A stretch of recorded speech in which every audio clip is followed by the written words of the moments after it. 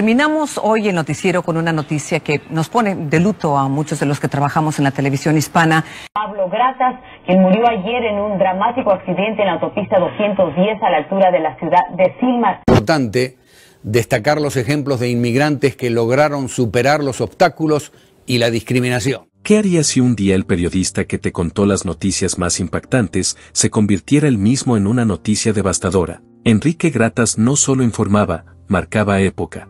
Su voz era sinónimo de verdad para millones de latinos en Estados Unidos, pero detrás de esa figura imponente se escondía un hombre quebrado por dentro. Enfermedades silenciosas, relaciones complejas y un final que dejó más preguntas que respuestas. Hoy, su hija Mariela Gratas rompe el silencio y confiesa lo que nunca se supo, la cara oculta de su padre, su dolor, sus secretos, y cómo fue realmente vivir bajo su sombra. Prepárate, porque esta no es solo la historia de un periodista. Es una advertencia, es un legado, es una tragedia. Esto es, la vida y muerte trágica de Enrique Gratas, contada por quienes realmente lo conocieron. Mi papá no era solo el hombre de la voz grave en televisión, era un obsesionado con contar la verdad. Recuerdo que en 1975 ya había llegado a ser director de noticias y presentador en el Canal 14 de San Francisco, y más tarde regresó a Los Ángeles como conductor del Canal 34 de Univisión. Pero él no se conformaba con estar frente a cámara. Quería abrir camino, dejar huella. Fue de los primeros en lanzar programas deportivos en español, cuando nadie apostaba por eso. Él creía en el poder del contenido para transformar a la comunidad latina. Entre 1981 y 1985 lo vi convertirse en una figura cada vez más fuerte. En Nueva Jersey dirigía el Canal 41, y su nombre ya empezaba a sonar con respeto. Me impactaba cómo se enfrentaba a temas delicadísimos, como esa enfermedad misteriosa que cubrió en El Salvador. No todos los periodistas se atreven a eso. Cuando le ofrecieron ese programa diario en Telemundo en 1990, sabíamos que algo grande iba a pasar. Lo que nadie imaginaba era el impacto. Él no tenía miedo de mostrar la crudeza de la noticia.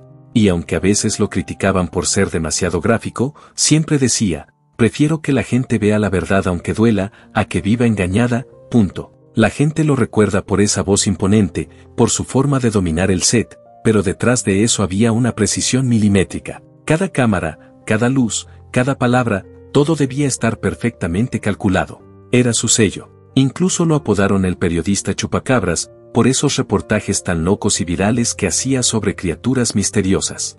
En Nueva York, un inmigrante colombiano sin documentos vive atormentado y quiere compartir su angustia. ¿Qué tal? ¿Cómo están? Buenas noches. Bienvenidos a otra edición de Noticiero Univisión Última Hora. A mí me daba risa, pero él siempre decía, si es parte de lo que la gente quiere saber, lo vamos a cubrir con respeto y profundidad, punto. Pero lo que más me enorgullece es que usó su plataforma para elevar historias de inmigrantes, de gente como nosotros, que venía con las manos vacías pero el corazón lleno de sueños. Entrevistó a grandes figuras como Jessica Lynch, Yolanda Saldívar desde prisión o el querido Joan Sebastián, pero siempre lo hacía desde un lugar humano, buscando entender, no juzgar. Para muchos fue un ícono. Para mí, simplemente fue papá. ¿Sabías que uno de los últimos en entrevistar a Cantinflas en vida fue Enrique Gratas? Sí, y no solo eso. También habló cara a cara con Vicente Fernández, con Héctor Lavoe en plena gloria, y con figuras que definieron generaciones. Lo curioso es que, mientras entrevistaba a leyendas, él también se convertía en una. Pero su historia, aunque llena de brillo, terminó con un silencio que dolió más que cualquier titular. Fue testigo de la llegada al poder de todos los presidentes desde Nixon, cubrió el escándalo de Watergate, los atentados del 11 de septiembre, la guerra en Irak, la muerte de Colosio y hasta el atentado en el Parque Olímpico de Atlanta. Era la voz que nos narraba el caos, mientras él mismo vivía uno silencioso. Cuando Gratas anunció su retiro en 2015, lo hizo con una voz irreconocible, frágil, quebrada, pero aún así con una promesa, volveré. Nadie sabía que esas palabras serían su despedida, que la enfermedad ya lo tenía de rodillas. Pero él seguía, con bastón en mano, en pie frente a las cámaras, dirigiendo, editando, respirando periodismo hasta el último segundo. Y es que nunca dejó de trabajar, aunque su cuerpo gritaba lo contrario. Mientras muchos se rinden ante el diagnóstico, él se aferró a su pasión, jamás se despidió, jamás dijo adiós. Comprometedoras revelaciones almacenadas en estos equipos siguen provocando reacciones.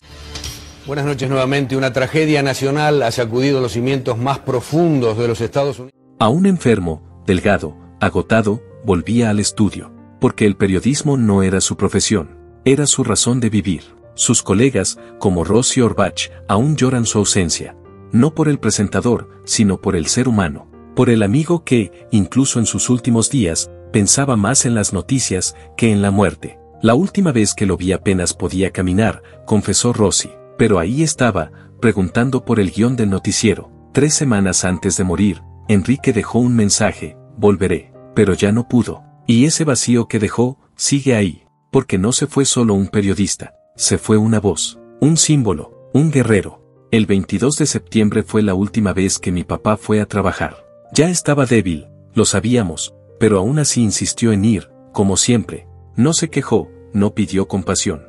Solo se paró frente a la cámara y, con esa voz que ya sonaba cansada pero aún firme, le habló a su gente. Agradeció, como siempre lo hacía, y prometió volver pronto para seguir luchando por la comunidad hispana. Pero, esa promesa ya no pudo cumplirla. Papá falleció el 8 de octubre, a las 2 de la tarde, en el St. Joseph Medical Center de Burbank. Nunca quiso que se supiera mucho. Ni siquiera su equipo más cercano sabía lo que en realidad estaba enfrentando.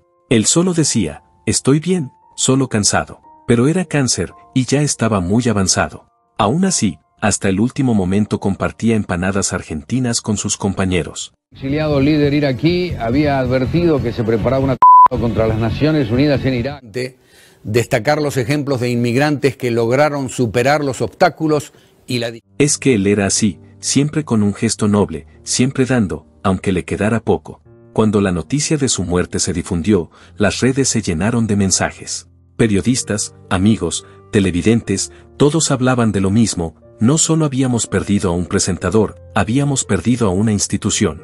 Más de 40 años de carrera, desde que empezó como locutor en Bahía Blanca en 1966, hasta convertirse en una de las figuras más queridas de la televisión hispana en Estados Unidos. Murió rodeado de nosotros, su familia. Estábamos ahí, su esposa, sus hijos, sus nietos. Y aunque el dolor fue inmenso, también sentí gratitud. Por todo lo que vivió, por todo lo que entregó, por todo lo que dejó. Ese mismo día, compartí un mensaje en su nombre, agradeciendo por tantas oraciones, por tantas palabras bonitas que siempre lo reconfortaban. Sé que después de él, ocupar su lugar fue un reto enorme. Adriana lo intentó con respeto y profesionalismo, pero honestamente, su silla nunca volvió a sentirse igual. Papá no solo decía las noticias, las vivía, las respiraba.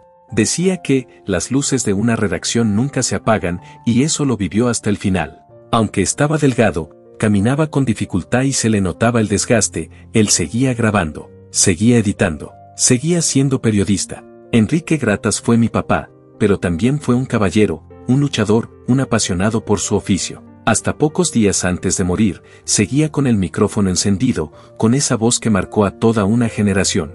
Le dije que se jubilara, y me miró como si le hubiera dicho una locura. Así lo recuerda Eduardo Quesada, su colega y amigo desde los años 70. Enrique no concebía la vida sin periodismo. Para él, el estudio, la redacción, el contacto con la noticia, eran parte de su ADN. Jubilarse no era una opción. Morirse en el set, tal vez sí. Trabajaron juntos en Univisión en 1977, cuando los latinos apenas comenzaban a tener una voz propia en los medios. Y Enrique se volvió esa voz. Una que informaba, exigía y también inspiraba.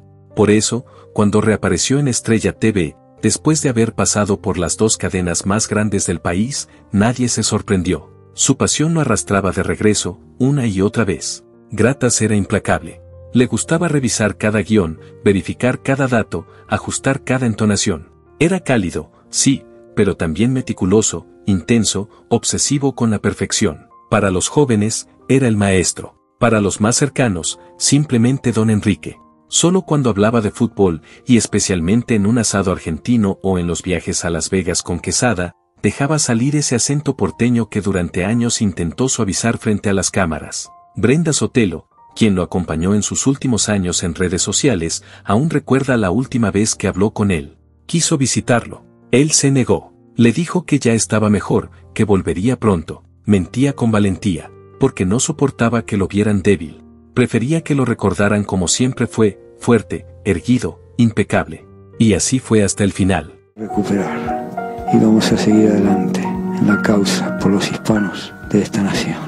Gracias. Una verdadera satisfacción de estar nuevamente con todos ustedes. En su último mensaje, grabado el 23 de septiembre, ya no se le veía en cámara, solo su voz, casi un susurro. Daba las gracias, pedía oraciones, y con la fe que le quedaba, prometía regresar. Pero esa promesa también se la llevó el cáncer. Y cuando pensábamos que el golpe no podía ser más fuerte, la tragedia volvió a golpear a la familia Gratas. Apenas 3 meses después de la muerte de Enrique, su hijo Pablo, único varón, falleció en un accidente automovilístico en California. Tenía solo 47 años. Un impacto brutal en la autopista 210. Un tráiler, varios vehículos, un destino que no perdonó. Pablo no solo fue mi hermano, fue el alma gemela profesional de mi papá. Vivía con su esposa Sandy en Valencia y trabajaba como productor en el Canal 52 de Telemundo, pero lo que realmente lo definía era su entrega. Papá solía decir que Pablo era más que un hijo, era su compañero de trinchera, alguien que entendía el periodismo como él, como un compromiso sagrado con la verdad.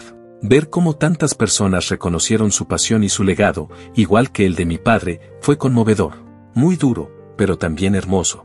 Lo que más me impactaba de mi papá era esa necedad hermosa de no rendirse, ni siquiera cuando ya no podía más. El cáncer lo estaba consumiendo, pero él seguía trabajando como si nada. Se aferró a su programa, el Enrique Gratas Show, como quien se aferra a la vida. Y quizás fue esa pasión la que lo mantuvo en pie más tiempo del que los médicos esperaban. Esa pasión que le valió tantas distinciones, el Globo de Oro, el Premio Santos, el World Award, el Paoli y hasta el título de MR Internacional en Puerto Rico. Y aún así, jamás presumía nada. Él no se despidió, porque en su cabeza nunca pensó irse. Su lugar estaba en la redacción. Hasta los domingos, su supuesto día libre, lo pasaba escribiendo, planeando, puliendo historias. Era exigente, obsesivo, sí, pero también tenía una ética de trabajo que hoy ya casi no se ve. Siempre decía que el periodismo no era para alimentar el ego, sino para servir a los demás. Y eso se lo repetía a su equipo cada semana, como un mantra. ¿Y sabes lo más escalofriante? Que su programa Así Sucedió debutó el 8 de octubre de 1990 y él murió exactamente 25 años después, un 8 de octubre de 2015. Como si su historia hubiera estado escrita con la misma precisión que él exigía en sus noticieros. ¿Y tú qué opinas? ¿Crees que figuras como Enrique Gratas volverán a surgir en la televisión hispana, o su legado es irrepetible? Cuéntanos tu opinión en los comentarios, queremos leerte. Si esta historia te conmovió tanto como a nosotros, no olvides darle like al video y suscribirte al canal para más relatos profundos sobre las leyendas que marcaron nuestra cultura. Gracias por acompañarnos hasta el final, y como decía Enrique, así sucedió.